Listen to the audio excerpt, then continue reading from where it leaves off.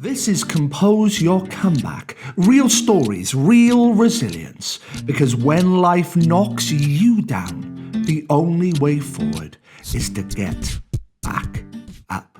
I wonder if you have had days where you did not want to wake up and you knew that you were about to walk into a battlefield. School was the dangerous battlefield for me, and I'm not ashamed to tell you that I was petrified every single day. I faked illnesses, headaches, stomach aches, anything to stay home. One school year, I missed a third of school. Not out of laziness, but survival. Each morning began with a pit in my stomach. Walking into that building meant bracing for names, looks, isolation. I was constantly on guard, living in fear. Fight or flight every single day. And I remember lining up here in the playground, waiting to be selected by the boys to play football. And I would always be left until last, which meant I was the least popular. I wasn't the worst football player, but I was the least popular. And this was a popularity contest. It was humiliating, just standing here, knowing every single time that I was being picked purely because I was the last person. And then that kind of, okay, you can play kind of attitude came into place, and it was awful. It chipped away at my self-esteem and slowly became part of my identity. No one ever saw the tears I cried at home. No one sensed the dread I felt every Sunday night. No one knew how deeply I questioned my worth. Back then, I struggled to articulate how I felt. I just felt broken. And then I discovered Tony Robbins' 6 human needs. And suddenly, my life started to make sense. Certainty, I had none. Every day was unpredictable. Uncertainty and variety. I crave stability, not chaos. Significance. I felt invisible. Love and connection. I just yearned for it so deeply. Growth. I wasn't growing. I was merely surviving. And contribution. I believed I had nothing valuable to offer. When these needs aren't met healthily, we often seek them in harmful ways. I became a people pleaser. I thought if I can make them laugh, if I stay useful, maybe they'll accept me. But people pleasing doesn't yield love. It leads to burnout, exhaustion, and resentment. I didn't need everyone to like me. I needed to feel safe, seen, valued. Psychologist Dr. Jennifer Crocker explains that when our self-worth hinges on others' approval, we're more susceptible to anxiety, depression, and burnout. People-pleasing often begins as a survival tactic, a means to avoid conflict and feel needed. But over time, it becomes a prison. It may appear as kindness, but often it's a silent plea for safety. And humans have genuine, deep needs. When we begin to meet these needs ourselves, even in small ways, transformation occurs. Here is what I've learned. You're not broken. You're not unlovable. You're not behind. You're not weak. You're just human. I now find certainty in grounding rituals. I embrace variety through my creative endeavors. I discover significance by sharing my truth. I cultivate love and connection with those who see the real me. I experience growth each time I choose courage over fear. And I contribute by sharing what I've learned. That's how I compose my comeback, and you can too. If you have ever felt the pressure to be liked, if you have ever felt invisible, unworthy, or left behind, here are 5 expert-backed steps you can take today. Step 1, acknowledge what you need.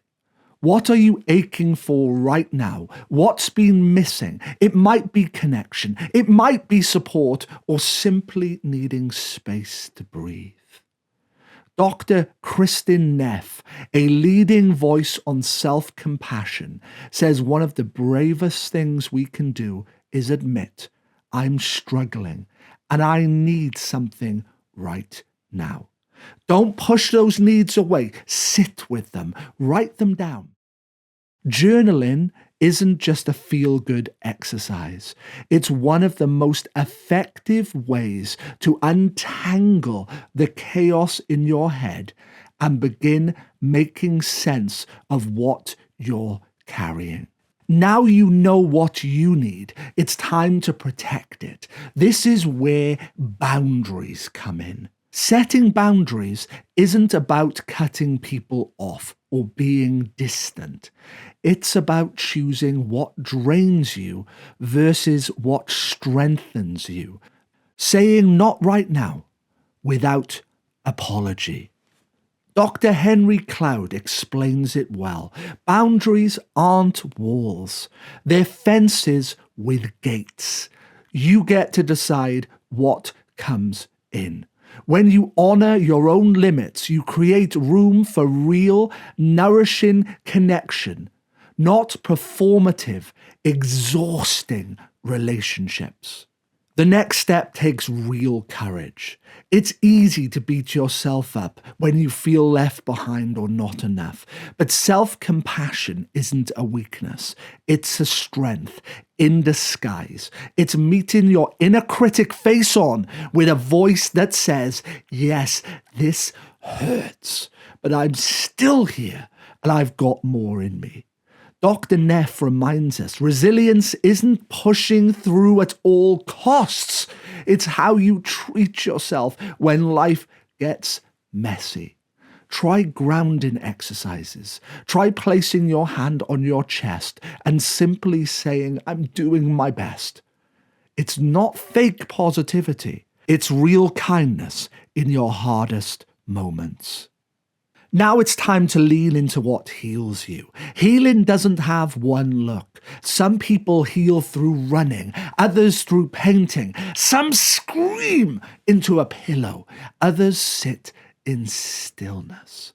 Whatever helps you release the ache. Music, art, nature, movement. Give yourself permission to go there. These aren't just hobbies, they're tools that regulate your nervous system. Shift your mindset and open the door to deeper healing. The American Psychological Association backs this up by saying creative and meditative practices are proven to lift mood, reduce emotional pain, and help you process. And finally, rewrite the story you've been carrying. Every one of us is walking around with a script in our heads. I'm not lovable. I always get left. I'll never get it right. But here's the truth. You are not your worst day. You get to rewrite the script slowly, day by day. This is what narrative therapy calls reframing.